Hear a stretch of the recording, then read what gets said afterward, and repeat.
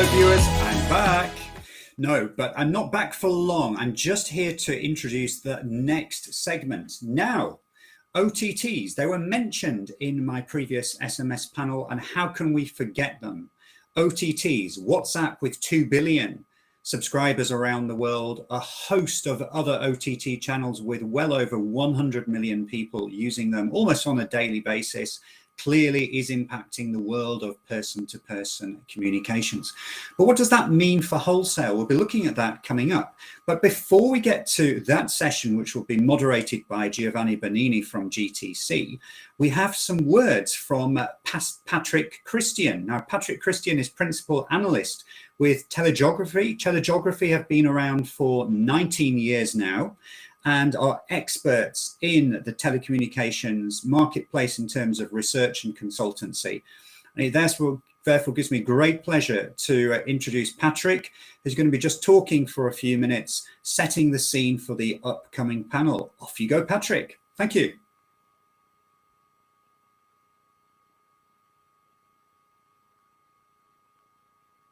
Hi, my name is Patrick Christian, and I'm an analyst at TeleGeography. And I'll be providing a brief overview of the last decade or so of international voice traffic trends and how the rise of OTTs has affected these growth trends. I have 4 slides for you to help give you a bit of a framework or overview of voice and OTTs for the following panel discussion. So let's first start with international traffic and growth rates. Since TeleGeography began reporting voice traffic trends in the 90s up until 2007, international traffic has averaged about 10 to 15% growth annually. Traffic or things started to decline in 2008 with the recession, and growth dropped to about 10% at that time and has never really recovered or gone back up to 10% since then. The hard decline started around 2012, and in 2015, growth actually decreased for the first time in recent history, dropping by about 1% annual decline in that year.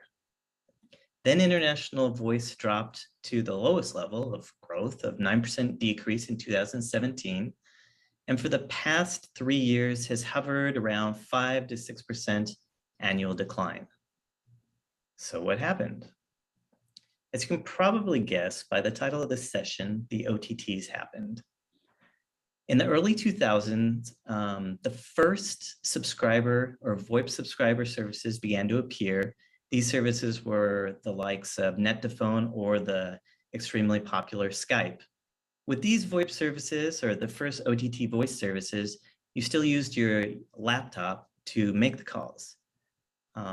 But we see the real boom of OTT voice traffic, the real increase began to occur around 2010 up to 2012, 2013, 14, when mobile messaging and voice apps began to appear, when we could make a voice over IP call or internet call on our smartphone. And in this slide, what we see is some of the most popular apps like KakaoTalk, Line, and Viber. And then later we saw Facebook Messenger, WhatsApp, and Facebook Messenger and WhatsApp started off as just messaging apps, and then they added voice later in 2013, 2014. So this is where we see that growth. And we also see subscribership or active subscribers growing from pre-2015 in the 2 to 3 billion to up over 6 billion at the beginning of 2021 in that time. And this does not show all of the voice apps, of course. This shows just some of them. Now, if we compare the OTT traffic side by side with the carrier traffic growth, we see that the OTT traffic, like we were saying in the previous slide, was starting to grow in the late 2000s with the laptop apps or services. But then we really start to see the boom 2010 onward, 2013, 14, when we saw the mobile apps appearing. And then we see by 2016 that OTT traffic has surpassed carrier traffic, and since then has continued to grow at a very strong rate. Now, for the last slide, let's add the two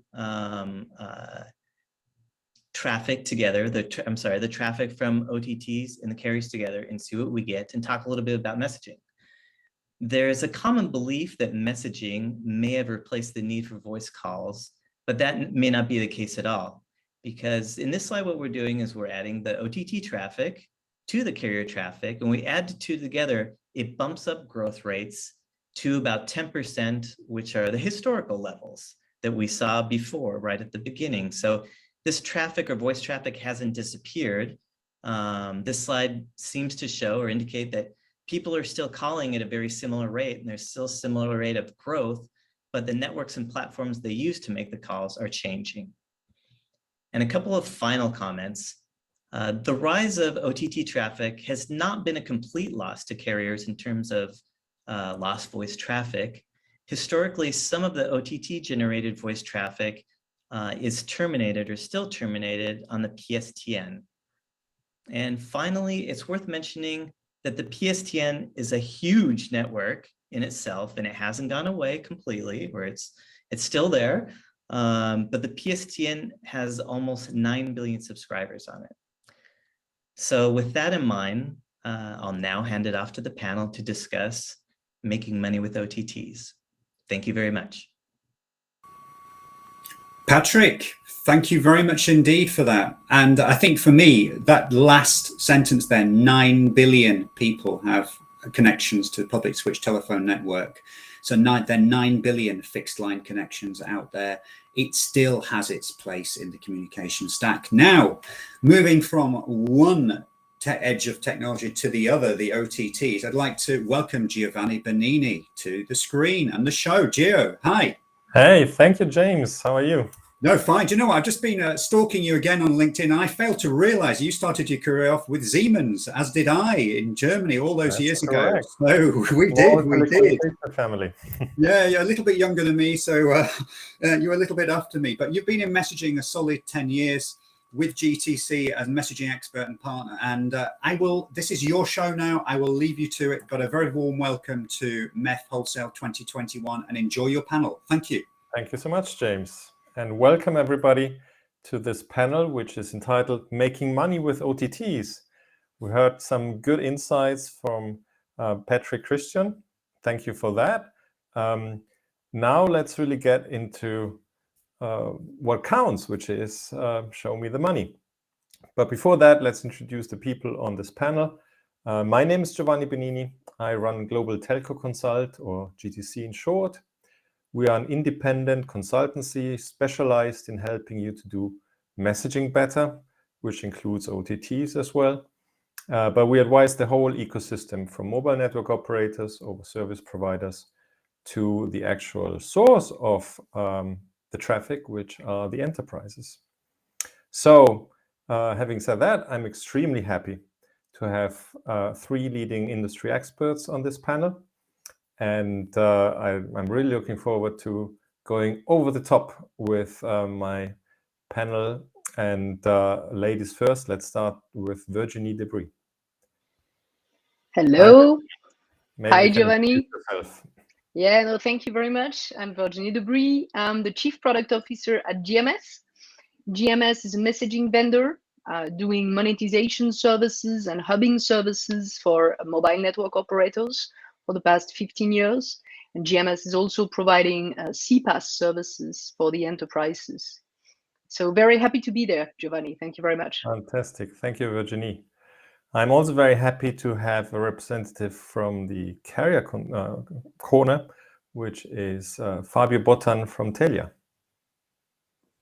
Hello guys, long time. Good to see you. Yeah, long time no see. What is your role in Telia Carrier? So I'm Fabio Bottan, and I'm a senior message specialist in TeleGeography. TeleGeography, we are the official Telia Group A2P hub, and we also work very closely with the mobile operators to help them on the monetization services as well, and how to improve the messaging business. Perfect. Great to have you, Fabio. Thank you. And last but not least, we have Calin Calancea from Enable. Hi, hello everybody. Thank you, Giovanni, for the introduction. My name is Calin Calancea. I'm CEO of Enabled. Enabled, it's a software company which develops platforms for messaging, and we are now on the way to add more channels on our platform, talking about OTTs. So this topic is hot for us. Fantastic. So let's dive into it right away. How to make money with OTTs. And I thought let's structure it a bit. And there are multiple ways to do money with OTTs. And let's start off with OTTs being the customers. So the ones who are paying for telecommunication services. And Fabio, you as a mobile carrier, how can you, or are you doing money with OTTs? And if yes, how? Maybe you can explain it to us. Sure. Yeah, on the carrier side, specifically what we are doing today is, of course, aggregating the entire A2P traffic that is being generated by these OTT players, which is, of course, counts for a big share of the entire traffic that we have today. So it's a very significant for us actually to have the OTTs as customers and be close to them. What we are trying to do is be the bridge between the OTT players and the mobile operators. And that's, as I said, it counts for a quite big, significant revenue for what we are doing for our business. So mainly on the messaging side, as we're doing today. So we're talking about here the A2P termination, which is the main thing, at least for the division I work. And I think it's still a pretty long and healthy run with the OTTs today. Perfect. So we saw from the numbers before that the classical voice minutes have gone down, and that is certainly attributed very directly to OTT services taking over. But the irony is that to get the OTT services working, they need to register, and that's what drives OTP SMS traffic, as we heard from Fabio. And so the thing is, without the classical phone number that the OTTs mostly have chosen to be used as a key, we wouldn't have OTT channels working. So that's really good news. Are they a good customer, Fabio? Yes, of course they're a good customer. They generate a lot of revenues for the mobile operators. We need, of course, to work very close with them. As any customer, I would say, we need to be very careful on how we drive the business with this customer, right? Of course, there are different views about the OTT traffic. We in the end, we have chosen to take the view on be close to them, be good partners to the OTTs. I believe they are a very important piece of the entire chain. That's why we bring them at a quite high value on the business that we are doing. So yeah, I have to say that they are very good customers. If they generate, of course, good revenues in the right way, they are very good customers indeed. But I've heard that they try to squeeze the prices as much as possible, that they basically buy more like wholesalers than they would buy as an enterprise. Like any customer, Giovanni, like any customer. I believe this is quite normal for customers, actually. I mean, they want to look for the better price. But associated to the price, you need to realize that this is telecom traffic, this is international telecom traffic, which means that quality counts as well. So how far you can go at a low price.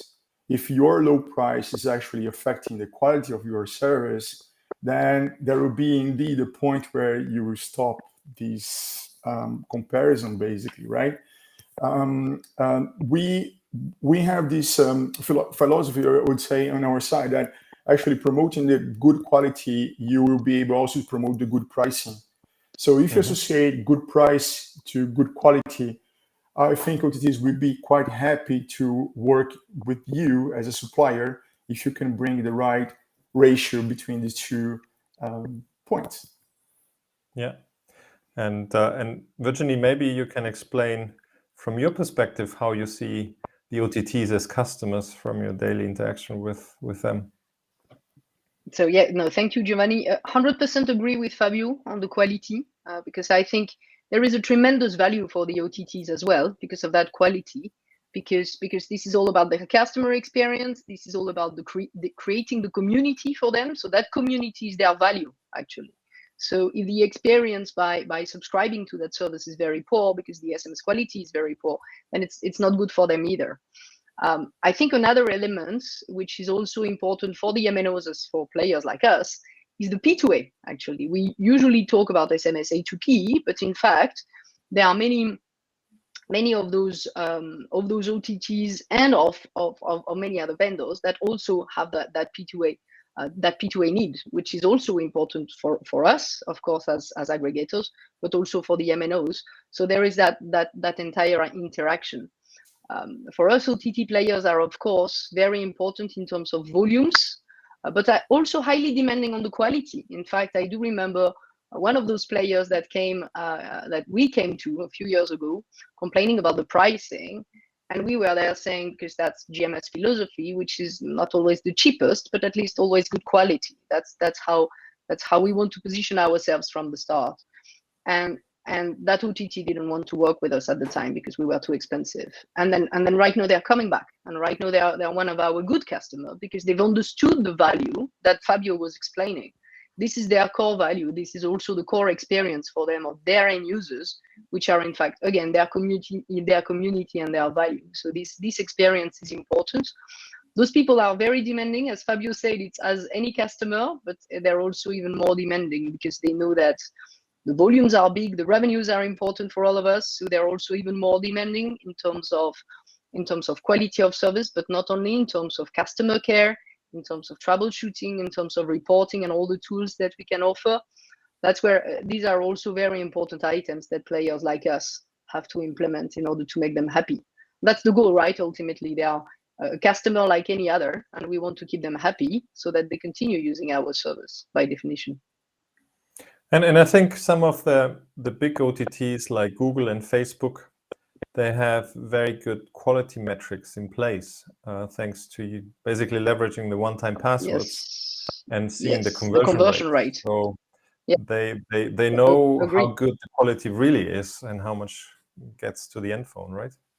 Exactly, and that's the reason why as well they are also very demanding customers, because as soon as they see that a route, as we call it, doesn't work anymore, or the path towards the end user doesn't work anymore, then they switch it over.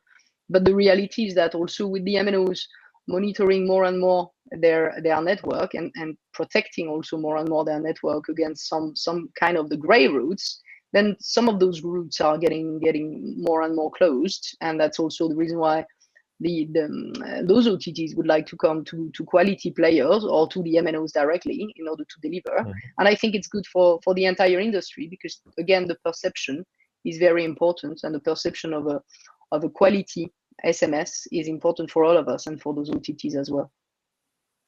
Perfect. So I think that's a good closure for the OTT as a customer, as a direct revenue source.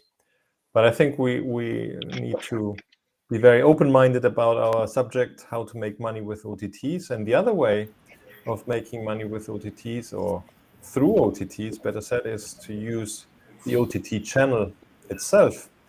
And Calin has already mentioned that he's working on new channels. But maybe I'll start still with Virginie, because I know that you have an extensive relationship, for example, with Viber. How does that work compared to SMS? Why do enterprises select Viber?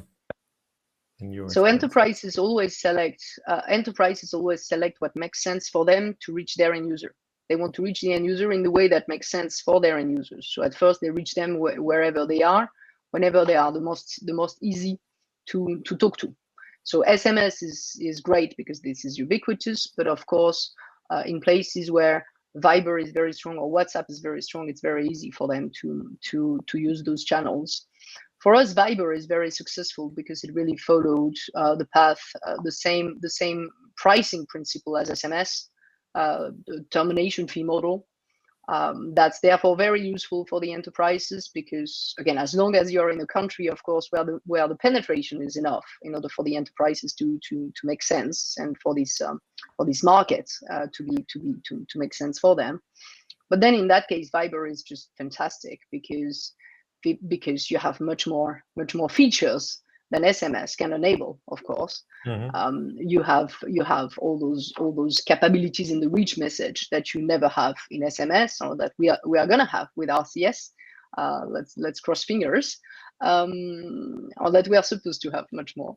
So this makes a lot of sense for those enterprises. Again, they want to reach the end user in an optimal way in terms of quality of service, in terms of feature, and in terms of capabilities on the message that they can send.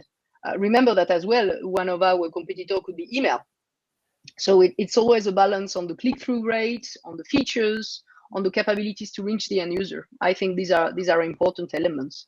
And clearly, if you look at the WhatsApp penetration, it's very high in certain countries, and in many countries actually. But WhatsApp has a very different perspective in terms of pricing, and the pricing model is killing the pure A2P messaging campaigns versus trying to really enforce the P2A, which does make a lot of sense with more and more messaging interaction and communication with the brand. But that's also for the brand.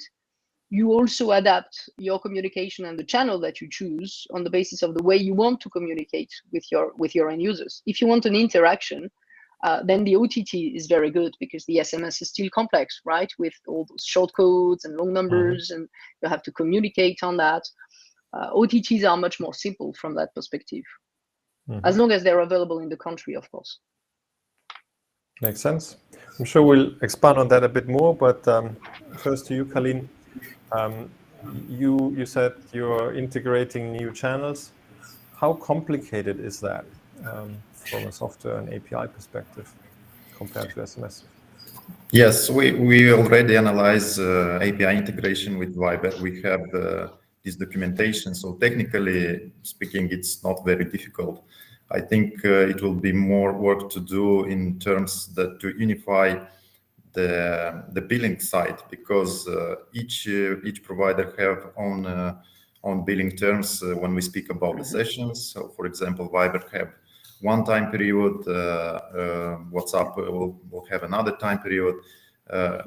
Besides this, also there are three type of payments, like for monthly fee for using the service, then it will be the rate per session and also the rate per SMS per message.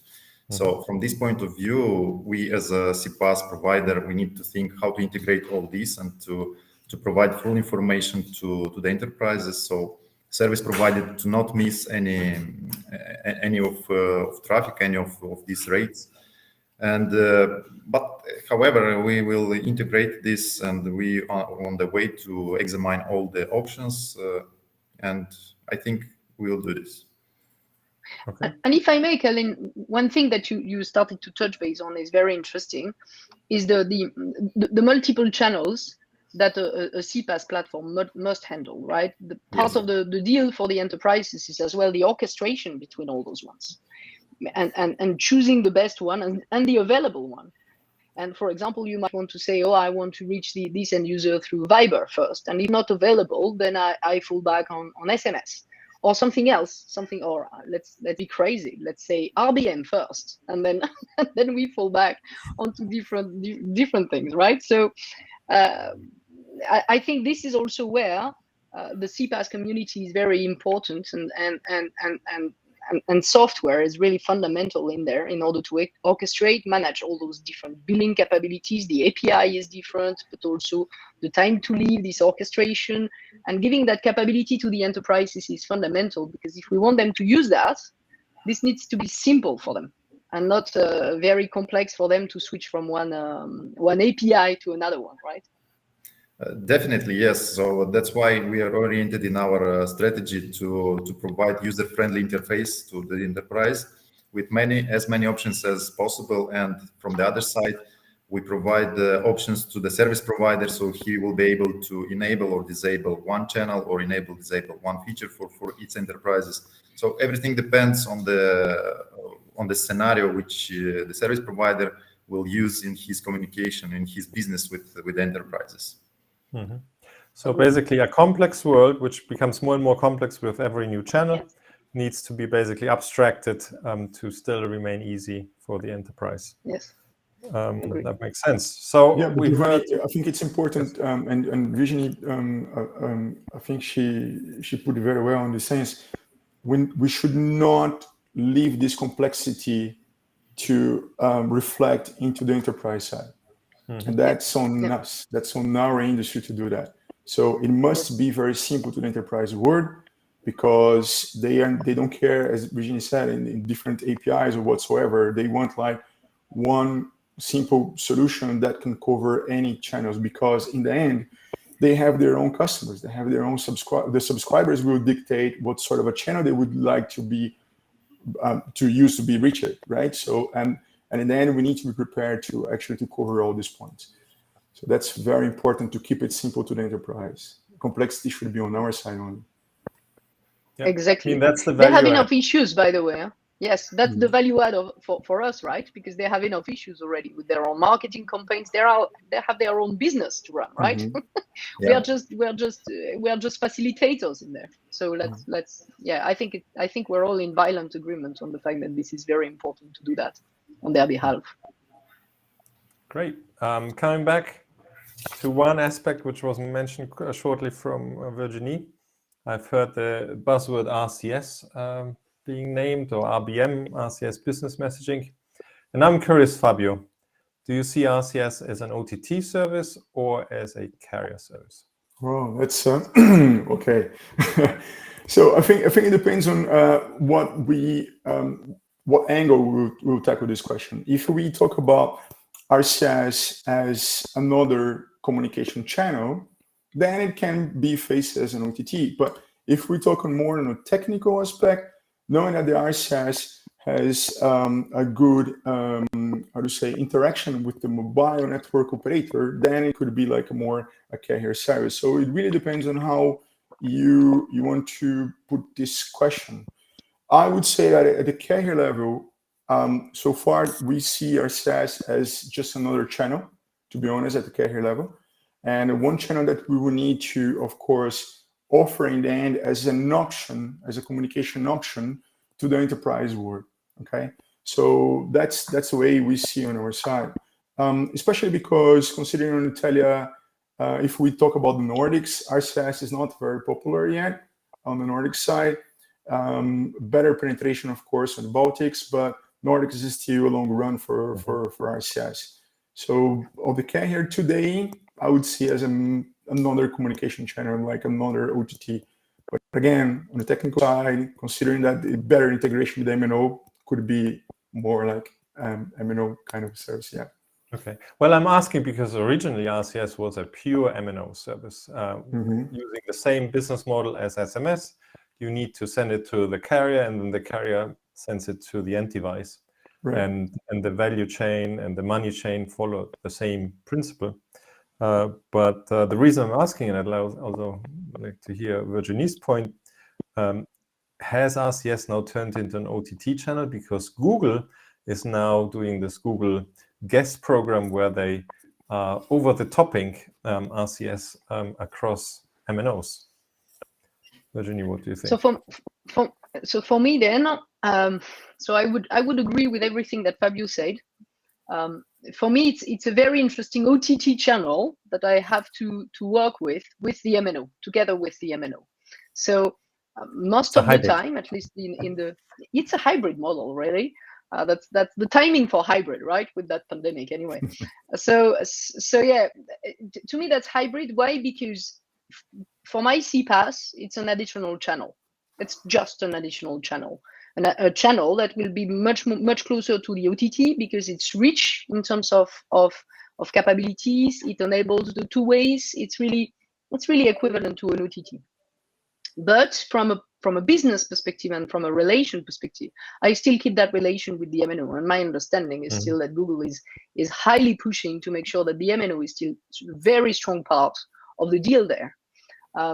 I would say that then if you try to compare the SMS with RCS, RCS is definitely much more than SMS 2.0.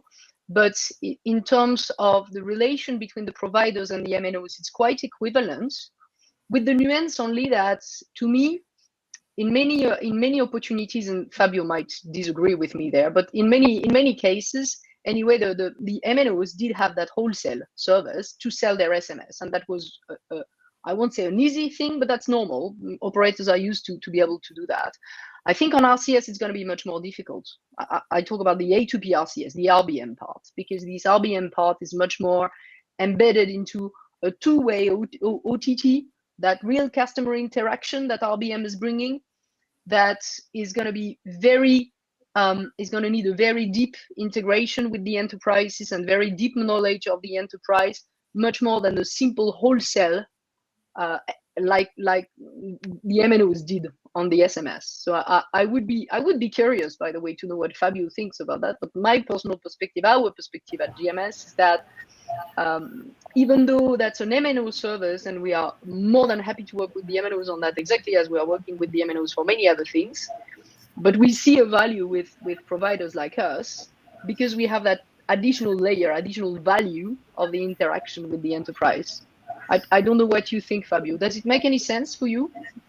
I think it does, because even on the Telia side, this is basically what is happening. I mean, we have few operations that, well, Telia has some few operations where they have already this service platform running on the top of their messaging platform, which kind of plays the role of this service provider that we have, Virginie. So yeah, I agree with you. And of course, when we open the return of the message, I mean, the P2A, as you said, we are opening a new communication channel, basically. And there is some, it's an additional point where we need to manage everything. We need to manage the right routing, we need to manage the right billing, we need to manage the right quality. Yes. So yeah, added, of course, a lot of complexity. And the OTT may be easier to do that and provide better experience than an SMS. I fully agree with you in this sense. Yeah.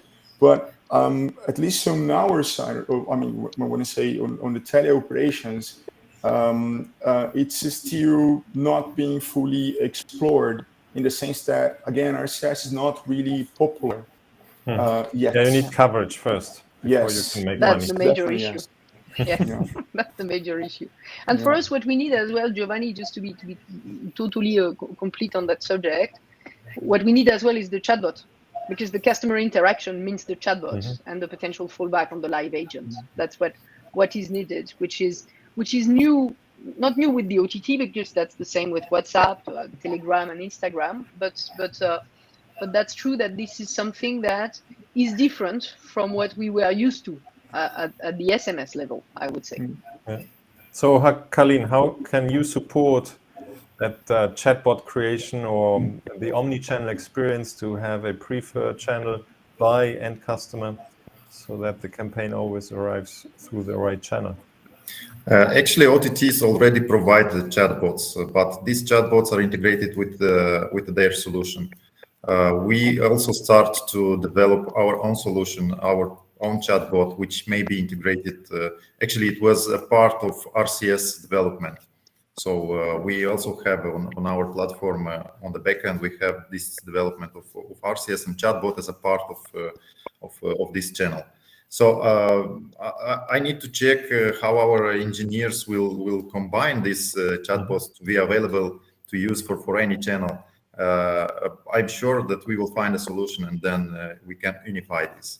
So there will be possibility to connect any channels through a single solution, so a single chatbot. Very good. And I'd like to remind the audience to just place a question. We have 5 minutes to go. So we'd be happy to introduce another question from you guys. In the meantime, I'd like to put out a challenge. Can you tell me a year or kind of a time frame when you think that OTT messaging will surpass A2P SMS, which is still the dominant money maker today in wholesale? Calin, do you want to go first? Do you have a personal prediction? As we saw from a previous suggestion on TeleGeography, the traffic on OTT is growing, and also there appear different channels. So I suppose if we keep this tracking, then maybe in 2 years, the OTT will surpass SMS. All right. Thank you. Virginie, what are your thoughts? Difficult to say. Huh? Difficult to say. I don't want Crystal to put any ball. bet because I'm sure that someone. Yeah, I'm sure that someone is gonna take that video in a few years and would say, Virginie, you said that. No, that's difficult. That's very difficult. I think that 2 years is too short, personally. I was putting a lot of, as you know, Giovanni, because we talked a lot about that. I was really enthusiastic when Google came into the RCS subject because I thought that it would be game changer, and that it was really for me the perfect convergence, I would say, between the MNOs and the OTTs and the SMS. The evidence is that I'm not very good with predictions, so, so Okay. I'm predicting again.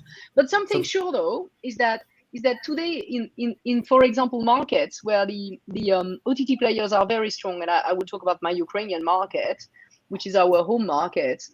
We have today a massive amount of Viber messages. So Viber is today between, it depends really on the month and on the type of traffic and so on, but we can be talking about 30-40% of the traffic which is Viber.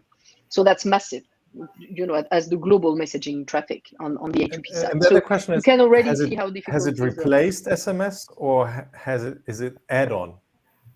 Yeah, that's a very good question, Giovanni. Very difficult to say. We believe that it replaced SMS in many occasions. The reality is that SMS is still a very good channel if you want something cheap enough with a very good click-through rate, and available everywhere on each and every handset. But when you have competent people like GMS or like Enabled, for example, with a CPaaS that permits that orchestration, you then take the maximum benefits from whatever you can get as OTT, right? So that's where our customers do not hesitate to send the Viber message, because they know that if we cannot deliver that, we will fall back on SMS. So it's a win-win as well, because many of those people might not have sent that message. That's where you want to drive, right? Exactly, because the fallback is always SMS. So I was wondering how much same with actually RCS, extra SMS is generated through that fallback mechanism. Fabio, do you Very have difficult to say. Insights? Yeah, I would say that 2 years is quite short as well. Even because on the previous panel, there was a gentleman mentioning that the data penetration down their country is like 20% only. So I believe there's still big market to explore for SMS, and those guys that they don't have a data connection, SMS will be the main communication channel. And I believe there are several countries we can say that will have this low data penetration, like in Latin, Africa, and even in Asia. I don't know, Europe is a different word for data, right? And then that's where I see that SMS has still quite healthy long life ahead. So I'm not saying 2 years. There will be a point, of course, but I don't know what to say. But I believe we can still have very good SMS traffic for at least 5 years ahead. That's my personal opinion. Virginie, please don't. No, I'm in agreement. Nobody has recorded this. Don't worry. I did. At this point, I'm afraid we are at the end of our time slot.